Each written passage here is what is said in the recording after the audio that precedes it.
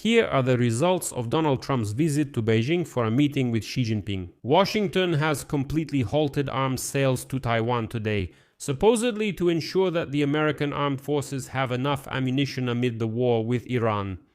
And this was officially announced by the acting US Secretary of the Navy, Hung Kao. This was another blow for Taipei after a series of controversial comments by American President Donald Trump, who recently claimed that it is supposedly Taiwan that is seeking war with China, not the other way around. And therefore the US is not obligated and will not defend it. And today, here's the decision. The US is stopping arms sales to Taiwan, something that hasn't happened since 1979. Let's discuss this together now.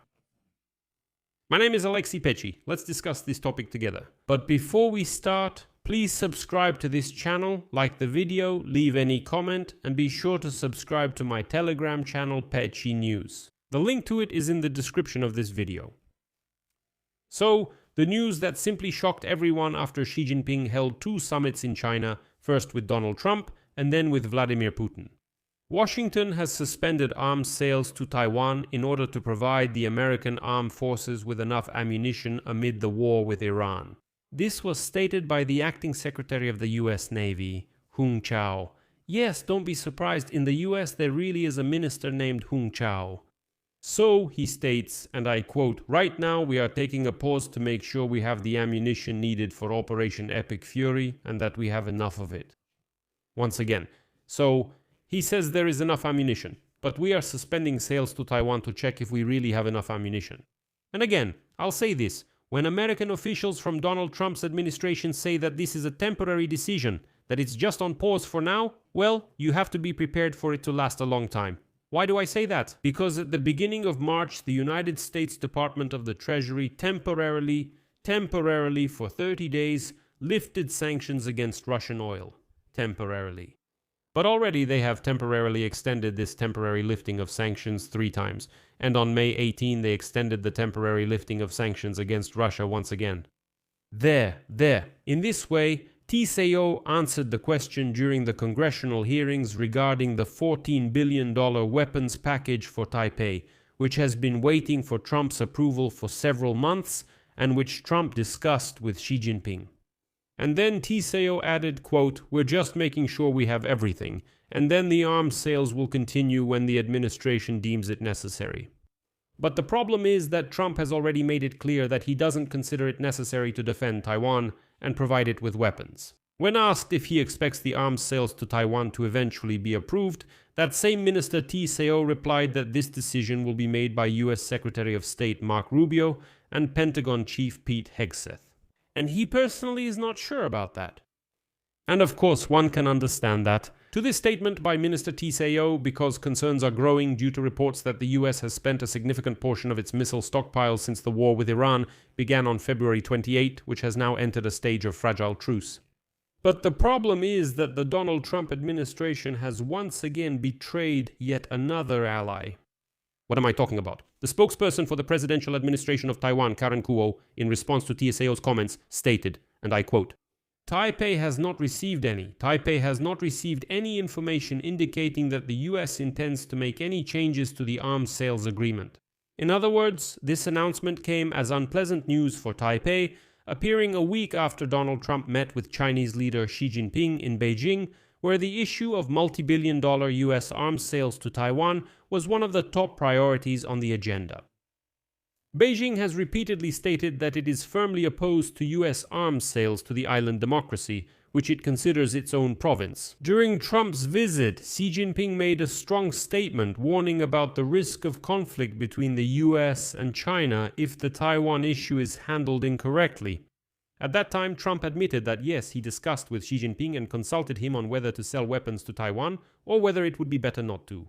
If he had said, I called Vladimir Putin to ask whether we can sell weapons to Ukraine or not, or something like that. I called Ali Khamenei, the supreme leader of Iran, to ask whether we should help Israel or not.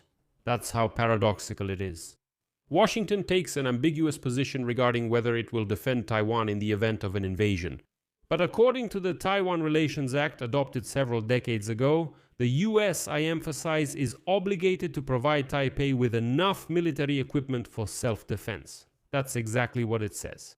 Although Trump claimed that during his meeting with Xi Jinping he did not make any commitments regarding Taiwan, a week later he made several statements that cast doubt on American support for the island.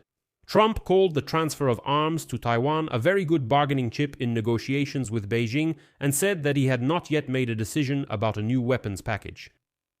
He also announced at that time that he would speak with the president of Taiwan, which could cause great outrage in China.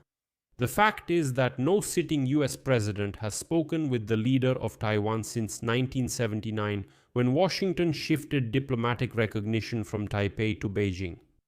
However, let me remind you that Trump did speak with former president of Taiwan, Tsai Ing-wen, when he was elected president of the US at the end of 2016. At that time he spoke and it caused a mixed reaction from Beijing.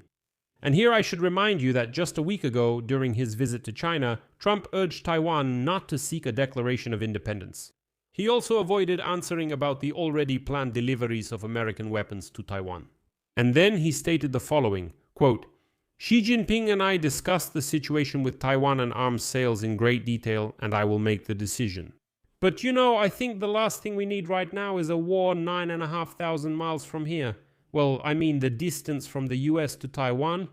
I need to talk to the person who runs Taiwan. I don't want anyone to declare independence, and then, as you understand, we'd have to go 9,500 miles to fight. I don't want that. I want them to cool down. By them, I mean Taiwan." And by the way, a day ago, this same Trump said that he intends to talk to the leader of Taiwan, Lai Ching-te, considering the possibility of a multi-billion-dollar arms deal with the island, which marks a sharp change, a change in diplomatic procedure. Trump said that he is not at all bothered by the fact that China will be against such contacts, since they are almost equivalent to recognizing Taiwan's sovereignty. And let me repeat once again, the US president traditionally does not have direct contact with the leader of Taiwan, since this could cause significant tension in relations between Washington and Beijing, where the leader of Taiwan is called a separatist. And now, Taiwan's Deputy Foreign Minister Chen Ming-chi stated that Taipei will need to clarify what exactly Donald Trump meant when he spoke about plans to sell weapons to the island. But at the same time, Chen Ming-chi emphasized that the US has certain obligations to supply weapons to Taiwan, and these are legally established. He specifically used the word obligations. The fact is that since 1979, the United States has had the Taiwan Relations Act, which is in effect. It establishes the US obligations to provide the means of defense and assistance in case of security threats to Taiwan. The scope and nature of this assistance and arms supplies are determined by the US President and Congress. And next I will quote Min-ki. "The sale of weapons between Taiwan and the US has always been a cornerstone of regional peace and stability. The sale of US weapons to Taipei is part of the US security commitment to Taiwan, and it serves as a common deterrent against regional threats." Trump, however, seems unconcerned with these rules. On the other hand, Trump could suspend arms sales to actually discuss everything with the president of Taiwan first. But after his remark that Taiwan needs to cool down, after his statement that it's Taiwan that's seeking war, this conversation doesn't bode well for the self-governed island. I'll leave it at that. Share your opinions and conclusions in the comments below this episode. Subscribe to the channel, hit the bell, and don't forget to like. That's all for now. Take care of yourselves. Goodbye, everyone.